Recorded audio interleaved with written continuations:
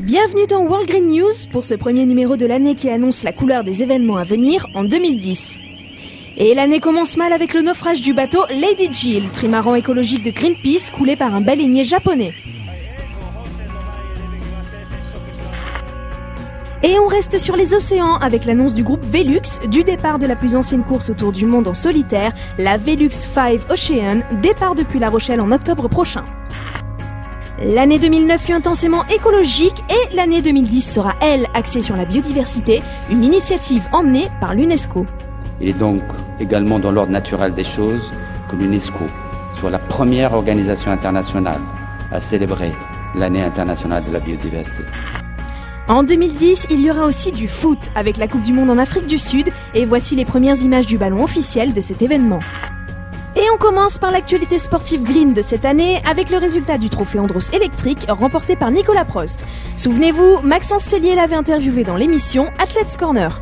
Chaque week-end je découvre, je connais pas les circuits et tout, donc je vais jamais être trop confiant, mais on va essayer de faire au mieux. Vos principaux concurrents ? Je pense que ce sera Olivier Pernaut et Christophe Ferrier qui sont juste derrière moi au championnat, et puis Jean-Baptiste Dubourg, mais je sais pas s'il sera sur toutes les manches. L'actualité, c'est aussi le label World Green Sport qui a reçu le trophée Andros pour sa démarche écologique et ses voitures électriques en compétition. Nicolas Prost, participant à cette course, nous fait part de ses impressions. Dites-moi ce que ça fait de conduire une voiture électrique plutôt qu'une voiture thermique. Honnêtement, ça change pas grand chose. Une fois qu'on est dedans, par exemple que ça fait un tout petit peu moins de bruit, on se rend vraiment pas compte. C'est vraiment, si on le savait pas, honnêtement, ce serait presque difficile de s'en rendre compte. Dans la série des innovations liées au sport mécanique, la Fédération internationale de moto a décidé de lancer l'International Eco Enduro, qui est la première course zéro émission grâce à des motos d'enduro électriques. L'arrivée massive des initiatives électriques dans ces sports mécaniques de haut niveau montre à nouveau l'évolution qui est en train de se mettre en place chez nos constructeurs automobiles. Notamment l'un d'entre eux nous fait passer un message clair en diffusant un spot publicitaire de 2 minutes. C'est un plaisir partagé avec tous ceux qui nous entourent. Pour nous, la question du réchauffement climatique ne s'arrête pas à ce qu'émet le pot d'échappement. Cette question se pose avant, pendant et après. Et ce changement de mentalité a été prouvé par l'organisation du salon de Détroit du véhicule électrique le 10 janvier dernier. Tous les plus grands constructeurs étaient présents à ce salon, ce qui a conforté dans l'idée que chacun est en train de développer un véhicule hybride ou électrique de série. Comme le propose la gamme Volvo avec sa C30, un véhicule électrique encore à l'état de prototype qui va être mis entre les mains d'une centaine d'utilisateurs testeurs pendant 2 années successives afin d'acquérir une expérience dans ce domaine. C'est une agence suédoise qui va soutenir le projet à hauteur de 150 millions d'euros. De son côté, Renault a déjà diffusé le modèle de son futur véhicule électrique, la Renault Fluence.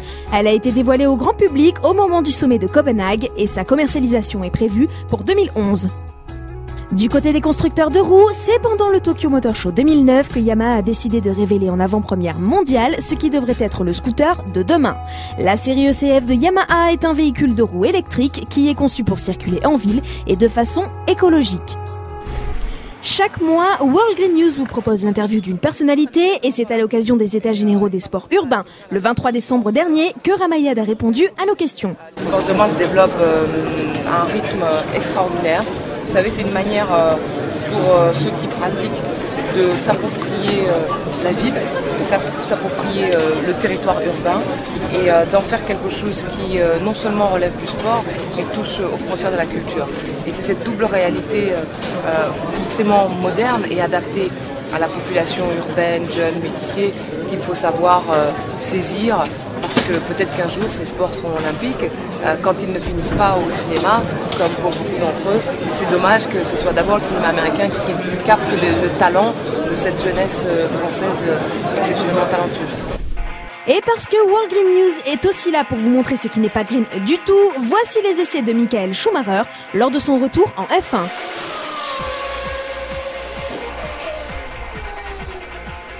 Sachez tout de même que le nouveau président de la FIA, Jean Todt, a annoncé qu'il voulait faire de la F1 un sport plus vert en 2010. Affaire à suivre.